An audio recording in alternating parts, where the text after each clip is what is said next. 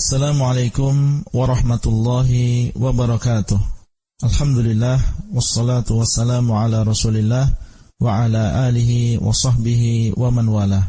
Halaqah yang ke-25 dari silsilah ilmiah penjelasan kitab Al-Usulul Thalathah wa Adillatuha, 3 landasan utama dan dalil-dalilnya, yang dikarang oleh Syekh Muhammad bin Abdul Wahhab At-Tamimi rahimahullah. Beliau mengatakan, wa dalilun nadhr qauluhu ta'ala yufuna bin nadri wa yakhafuna yawman kana syarruhu mustatira. Dan dalil bahwasanya nadar adalah termasuk ibadah adalah firman Allah SWT yang artinya mereka menyempurnakan nadarnya dan takut pada sebuah hari di mana syar, kejelekan pada hari tersebut menyebar, yaitu pada hari kiamat. Allah SWT memuji di dalam ayat ini orang-orang beriman yang mereka menyempurnakan nadarnya. Mereka menyempurnakan nadar dan takut apabila tidak menyempurnakan nadar akan tertimpa kejelekan di hari kiamat. Menunjukkan bahwasanya menyempurnakan nadar adalah perkara yang dicintai oleh Allah SWT.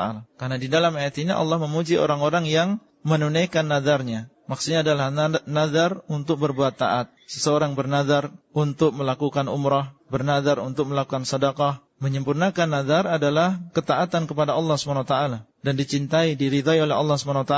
Dan wajib seseorang untuk menyempurnakan nadarnya. Man nadhara ayyuti' Allah falyuti'hu. Barang siapa yang bernadar untuk mentaati Allah, maka hendaklah dia mentaati Allah SWT. Dan para ulama menyebutkan bahasanya memulai nadar hukumnya adalah makruh. Dan apabila seseorang sudah terlanjur bernadar, maka dia wajib untuk menunaikan nadar tersebut. Memulai nadar adalah makruh, dibenci di dalam syariat. Berdasarkan hadis Nabi SAW, innahu la ya'ti bi khair wa innama yustakhraju minal bakhil. Sesungguhnya nadar ini tidak mendatangkan kebaikan, akan tetapi nadar ini keluar dari orang yang bakhil. Kenapa demikian? Karena orang yang bernadar, misalnya mengatakan, ya Allah, seandainya aku lulus ujian, maka aku akan berpuasa 3 hari. Atau aku akan berpuasa Senin Kamis bulan depan. Artinya apabila dia lulus ujian, dia akan berpuasa. Tapi kalau dia tidak lulus ujian, maka dia tidak berpuasa. Dia tidak melakukan ketaatan tersebut kecuali apabila hajatnya dipenuhi oleh Allah SWT. Dan ini adalah orang yang bakhil di dalam ibadahnya.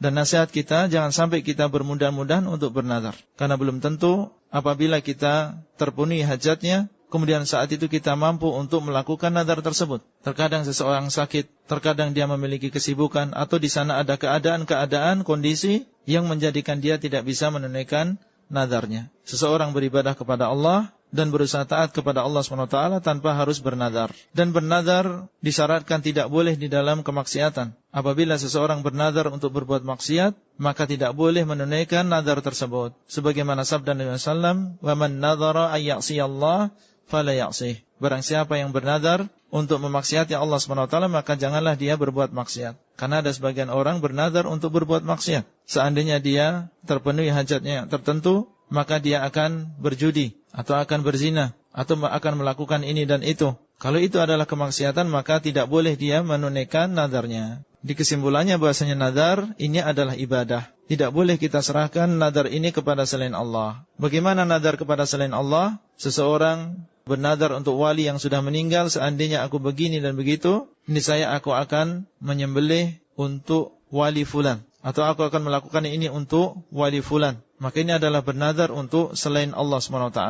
Dan ini hukumnya syirik, bahkan termasuk syirik besar yang membatalkan amalan, mengeluarkan seseorang dari Islam. Dan apabila dia meninggal tanpa bertobat kepada Allah, maka Allah SWT tidak akan mengampuni dosa ini. Dengan demikian, kita sudah menyelesaikan poin yang pertama dari apa yang ingin beliau sampaikan, yaitu tentang ma'rifatullah, mengenal Allah SWT.